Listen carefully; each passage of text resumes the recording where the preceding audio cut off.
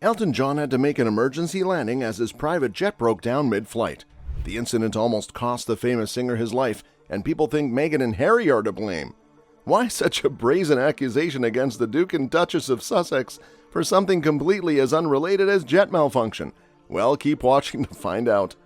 Elton John was on his way to his concert in New York when his jet broke down mid-flight. The jet was up 10,000 feet when the pilot noticed that something was not right. The pilot was quick to notice that the hydraulic system, which is used to steer aeroplanes, malfunctioned. To make matters worse, the jet was also flying in turbulent weather conditions. Talk about a candle in the wind! Phillip, a plumber who was working as the events transpired, recounts the incident, saying, "The plane was being battered by heavy winds and couldn't make it.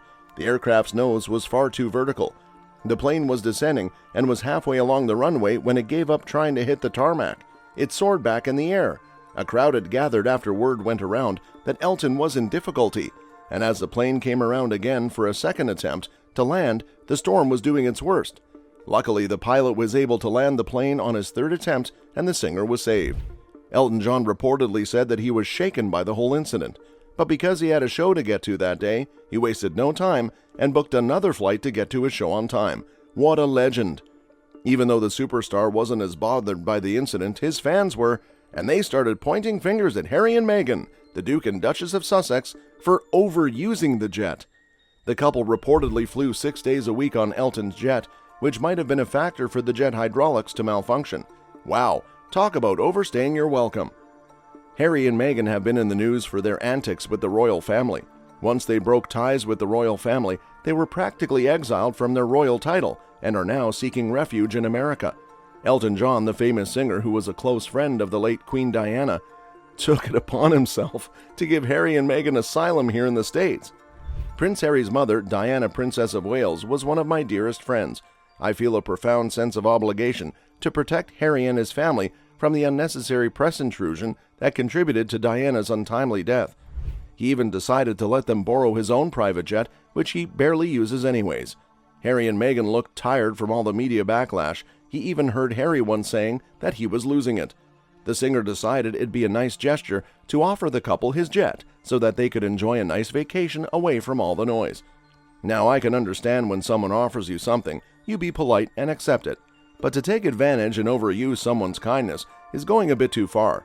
But even then, the legend defends Harry and Meghan's actions by stating, "To maintain a high level of much-needed protection, we provided them with a private jet flight." But what the fans are not happy about is the fact that Harry and Meghan are coming off as hypocrites for using private jets all the time, as they themselves are big advocates of climate change. Charles itself characterized climate change as one of the most pressing issues facing mankind. But here they are flying around the world 6 times a week on a private jet that makes a much bigger carbon footprint than a regular commercial airline. They pontificate about helping people and the planet, and then they take private jets, royal expert Tom Quinn writes. They tell people to look after the environment, and then they don't look after the environment themselves. It's enormously hypocritical. And to make matters worse, they've now bought their own private jet. The Duke and Duchess of Sussex have been spotted flying their own private jet, Cessna 680 Citation Sovereign. Their 5,500-mile trip from Farnborough, England to Santa Barbara is estimated to have emitted nearly 60 tons of carbon dioxide into the atmosphere, according to a chartered flight provider. Which is a big deal because under the terms of the Paris Agreement, a person should only have 2.1 tons of carbon dioxide in their annual carbon budget, which aims to keep global warming far below 2 degrees Celsius. According to the Times, Prince Harry and Markle exceeded that amount by roughly 15 times in a single flight. How can you call yourself a climate activist when you can't even lead by example? When Elton John was lending his jet to the couple, he at least made sure he paid for the flight to be carbon offset, to support Prince Harry's commitment to the environment. Carbon offsetting allows passengers to pay extra to help compensate for the carbon emissions produced from their flight. The money is then used to fund environmental initiatives that reduce air pollution, such as solar panel installation or tree planting. Are Harry and Meghan the environmentalists they claim they are, or is Elton John doing a better job than them? What do you guys think? Let us know in the comments below. Also, make sure to subscribe so you don't miss a single video from us. And as always, we'll see you guys in the next one.